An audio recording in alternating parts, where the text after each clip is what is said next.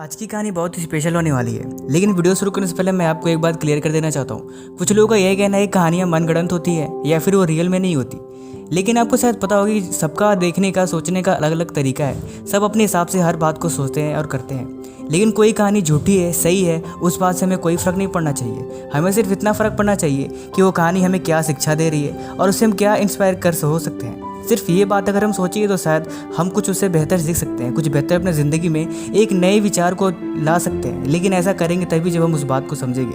कहने को तो मूवियाँ भी जो आप हॉलीवुड बॉलीवुड में देखते हो वो सब एक इमेजिनेशन होती है, लेकिन हर मूवी के पीछे, हर कहानी के पीछे एक मैसेज होता है। अगर आप उस मैसेज को देखोगे तो आपके लिए एक बेहतर बात होगी, लेकिन आप सिर्फ उसका एक बेसिक देखोगे तो आप कहीं की नहीं रह जाओगे। इसीलिए ज़िंदगी का नज़रिया बदलो, बाकी ज़िंदगी आपके हाथ में है। तो चलिए कहानी शुरू करते हैं। आज की कहानी बहुत ही इंस्पायर होने वाली है आपके लिए, इसीलिए इस बात को आप अच्छे से रियलाइज़ करिए, क्योंकि ये कहानी बहुत ही इंटरेस्टिंग है और इसका एक लाइन ना काफ़ी आपके लिए मज़ेदार होने वाला है। ये कहानी एक ऐसी लड़की की जो गांव में रहती है और वो काफ़ी गरीब है, और वो इतना गरीब होती है कि वो, उसके पापा भी अंधे होते हैं और वो अपने पापा के साथ गाँव में रहती है। उसके पापा गौरी के साथ साथ भीख मांगते थे, गलियों में जा के लोग उसे कुछ देते थे खाने के लिए, तब जाके शायद बात बनती थी।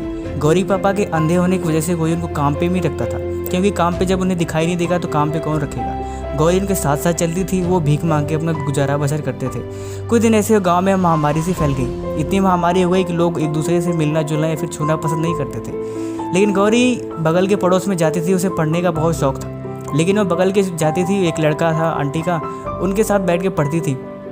लेकिन आंटी को ये बात पसंद नहीं थी कि वो चाहती थी अगर वो मेरे लड़के को छू दिया तो फिर क्या पता वो भी इन्फेक्टेड हो जाए। तो उसने एक बार तो मना ही कर दिया कि आप लोग ऐसे गंदे कुचले कपड़े पहनते हो, मेरे घर पे मत आया करो, क्योंकि हम लोग उससे संक्रमित हो जाएंगे तो इसके लिए बहुत खतरा बढ़ जाएगा। गौरी उस दिन पापा के साथ अपने घर पर चली गई और रात भर बैठ के रोती रही और रोती रोती सोती रही कि इस चीज़ को मैं कैसे बदल सकती हूँ। उस रात उसने डिसाइड किया कि वो डॉक्टर बन के अपने पापा की आंखों का इलाज करेगी और इस गाँव की महामारी के साथ साथ इस गाँव की सोच को भी दूर करेगी। लेकिन फिर वो सोच रही थी कि मैं करूँगी कैसे, मेरी उम्र भी छोटी है, मैंने अभी तक कुछ पढ़ा ही नहीं, क्या करना है कैसे करना है उसे कुछ नहीं पता। वो रात को रोती रोती अपने सारे ख्यालों में सो जाती है। फिर सुबह उठते ही उठते वो जाती है और जाते समय रास्ते में उसे गांव की शिक्षिका, जो प्राइमरी स्कूल होता था, वो उनसे मिलकर सारी बातें बताती है।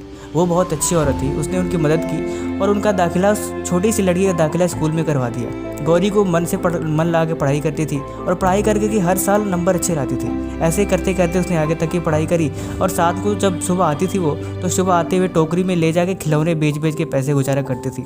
एक दिन वकल वाली आंटी ने कहा, गौरी तो ऐसा कर कि मेरे बाथरूम साफ कर दे, मैं तुझे कुछ पैसे दे देती हूँ। गौरी बड़ी खुश हुई क्योंकि उसे कुछ पैसे मिलने वाले थे। वो खिलौने बेचने के साथ साथ कुछ बाहर से भी कुछ इनकम का सोर्स पाके बहुत खुश थी। उस दिन उसने उनके बाथरूम को साफ किया और कुछ पैसे लेके चलती बनी। ऐसे कर करके वो ज़िंदगी दिन भर अपने खिलौने बेचती, शाम को खूब सारा पढ़ाई करती। ऐसे करके ज़िंदगी चलती गई। उसे हर साल अच्छे अच्छे नंबर लाके पास होती गई। एक दिन गौरी ने इंटरमीडिएट की परीक्षा भी पास करी। फिर ऐसे करके वो गांव की शिक्षिका उसकी हर बात पे मदद करती थी, क्योंकि वो पढ़ने में काफ़ी होशियार और समझदार लड़की थी।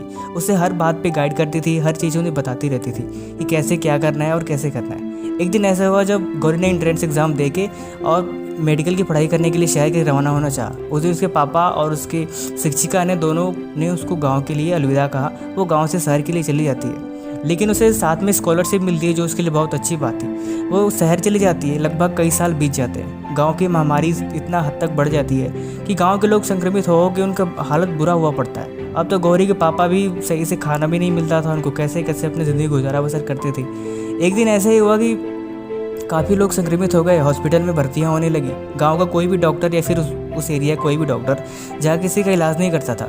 तब उसे साथ बाद में पता लगा कि कोई शहर से डॉक्टर आने वाली हैं और वो स्पेशलिस्ट हैं और वो आके गांव का इलाज करेंगी। जब गौरी उस दिन गाड़ी से अपने गांव में आती है तो उसको देख के उसके पापा आंख से रोने लगते हैं। हालांकि वो देख नहीं सकते, लेकिन उस बात को रियलाइज़ करते हैं कि अब मेरी बेटी आ गई है। उस दिन गौरी काफ़ी बड़ी हो चुकी थी और उसका सपना भी पूरा हो चुका था।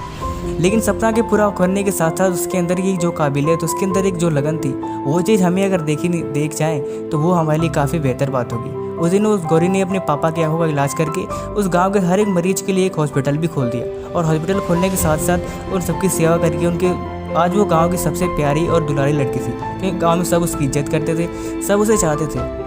वीडियो का मैसेज सिर्फ कहने का और सुनने का अलग अलग तरीका है। इस वीडियो का हर एक मैसेज सब आप लोग अपने अपने हिसाब से ढूंढ सकते हैं, लेकिन इसमें एक पॉइंट तो है कि हालत कैसी है, सिचुएशन कैसी है, इस बात से हमें कोई फ़र्क नहीं पड़ता। फ़र्क सिर्फ इतना ही पड़ता है कि हम कितने भी गंदे से गंदे या फिर ख़राब से ख़राब सिचुएशन में हम अपने दिमाग में क्या सोच रहे हैं। गौरी के पास भी था टूटने का, उम्मीदें खोने का, लेकिन उसके मन में एक सपना था, उसके अंदर एक उम्मीद थी जो उसे पूरा करना चाहती थी। इसीलिए वो उन परिस्थितियों में भी अपने आप को खुद तोड़ने नहीं दिया।